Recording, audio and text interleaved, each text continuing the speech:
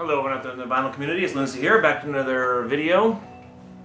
This is going to be my video of my best of 2012 list. Top 10 of 2012 list. Now, I want to start off by saying this is just my personal list, my personal preference. So there's probably going to be some people who disagree, and that's okay. This is just the stuff that I liked this year, and there was a lot, actually. I had a pretty hard time narrowing it down to 10. There was a lot of extras in there that I just juggled back and forth. I actually had to go back and listen to stuff just to, figure out which one's going to make the top 10, which one's not. Some of you are probably, a lot of my music taste is kind of mainstream, I guess is the best way to put it.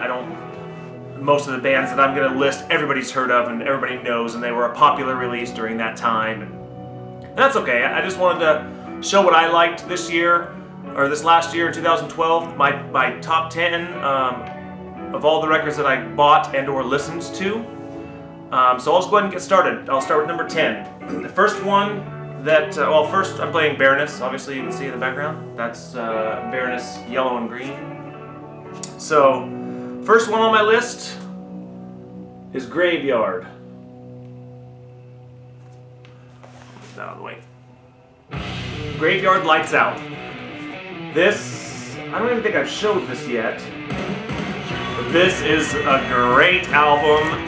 Mr. Hall of Fame was showing some Graveyard the other day. This was on orange vinyl. He was showing this the other day, and or the older one of Graveyard, and I just happened to be in the store and picked them both up.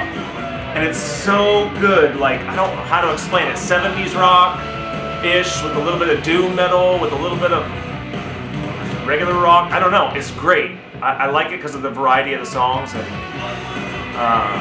just the old school feel that you get from it. I love it. The vinyl pressing was great. It sounded amazing. I've listened to it 6-7 times already, and I've only had it for a few days. I've heard it before, but I've only had the vinyl for that long. Number 9. This one's I'm gonna catch some heat for this one because it's so low on the list, but I have to do it. And this is Rush, Clockwork Angels. I shouldn't need to show much of this because everybody has it. Everybody's seen it. I loved it. It was awesome. Don't get me wrong. I don't know if the vinyl pressing kind of threw me off a little bit because it was so low quality. But I tried to take that out of my consideration for what it was. I liked it. I loved it. It was awesome. There were other things that I enjoyed more for some reason. They're saying nothing bad against that record. I think it's outstanding, especially for what's their 20th release or something, 20th studio album. So I mean, it's amazing. So I was happy with it. I liked it.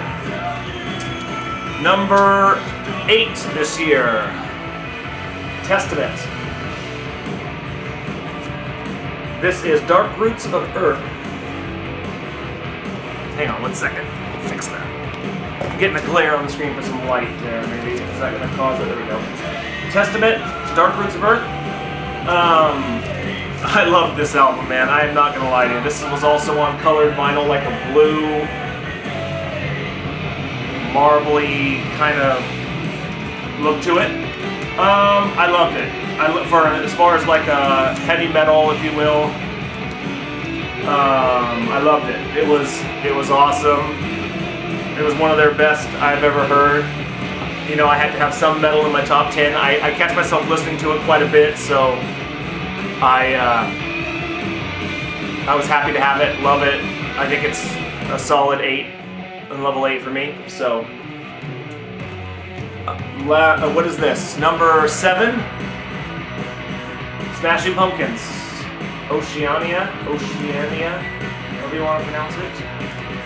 This was obviously not the best Pumpkins album in the whole world, but you know what? It was really good. I enjoyed it. There was a lot of variety in it, which is what I liked about it. Had some, faster songs, some slower songs. I liked it a lot. And I was debating on putting this higher, but there was just other things that took its place. So I had to put it down to number 7. Number 6. Some of you might not have heard. This is probably the least mainstreamy album on my list. And if you have not heard it yet, you should pick it up. This is Japandroid's Celebration Rock. This album is really, really good. It's kind of a, I don't know, they're kind of like the Black Keys, I guess, a little bit. And this came on white vinyl. So, I don't know, it was great. It's just a 2-piece, just like the Black Keys are. It's kind of like, it's not lo-fi, but it's kind of that fuzzy sound guitar with good lyrics, decent lyrics, good singing. It was great, and you know, if you haven't heard it, man, go pick it up. It's really, really good. It's definitely not, you know, hard rock heavy metal, but it's definitely worth a listen for sure. And that, you know, it didn't make the top 5 for me, but it was dang close. I think I had it in the top 5, and it you know, and when I was listening to stuff, it kind of dropped down a notch right out of the top 5. Coming into the top 5, a lot of trouble with this, everybody. A lot of trouble. I'm sure you all have the same trouble. I've juggled these around more than any of the others, you know, the 6 through 10. But 1 through 5, man, I had number 1. I knew right off the bat for me what it was going to be. The rest of them were tough. So number 5. This is Jack White's Blunderbuss. We've shown it. I think even the teacher did a review on it back in the day when it came out. I've shown it in my recent finds.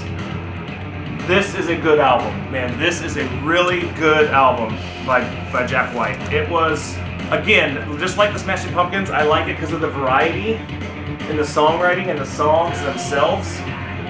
You know, it's got the faster songs, slower songs. There is maybe a track that I didn't love, you know, or like 1 or 2 tracks that were just okay to me, but the rest was amazing. So, if you don't have that already, I mean, you definitely need to get that. It's outstanding. So, that started out my top 5. My number 4, I don't own yet. It's on the way because it's not released till the 22nd, and that is the Deftones. Deftones Koino Yoken, I think that's how you pronounce it, Koino Yoken. Their new release, and it is, to me, I'm a huge Deftones fan. I'm sure, like Vinyl Fury, I'm sure he's talked about it already, and he's a Deftones fan. I'll try to put a picture up somewhere in here and show the album cover. I kind of held off on buying even on CD, but I've listened to it streaming for a lot, actually. And it's not released until the 22nd. I've already pre-ordered it, and it should be here, you know, upon release. But it is a great Deftones album. Very, very good. Awesome songs. It was worth the wait for them, you know, and it was really, really good. If you haven't heard it, go try to check it out. All right, top 3. I don't know. I had Deftones higher. I juggled with this, but ever since I've heard this album before, I just showed it. I got it for Christmas, but I had heard it prior. I've been listening to it for quite a while. I don't know what it is, but it really, really stands out for me. And this is Gary Clark Jr., Black and Blue. I won't show the vinyl, I showed it in my last video, but one is black, one is blue. Every song on this, man. Every song on this. My wife loves it, I love it. It's kind of a blues, guitar, rock kind of thing.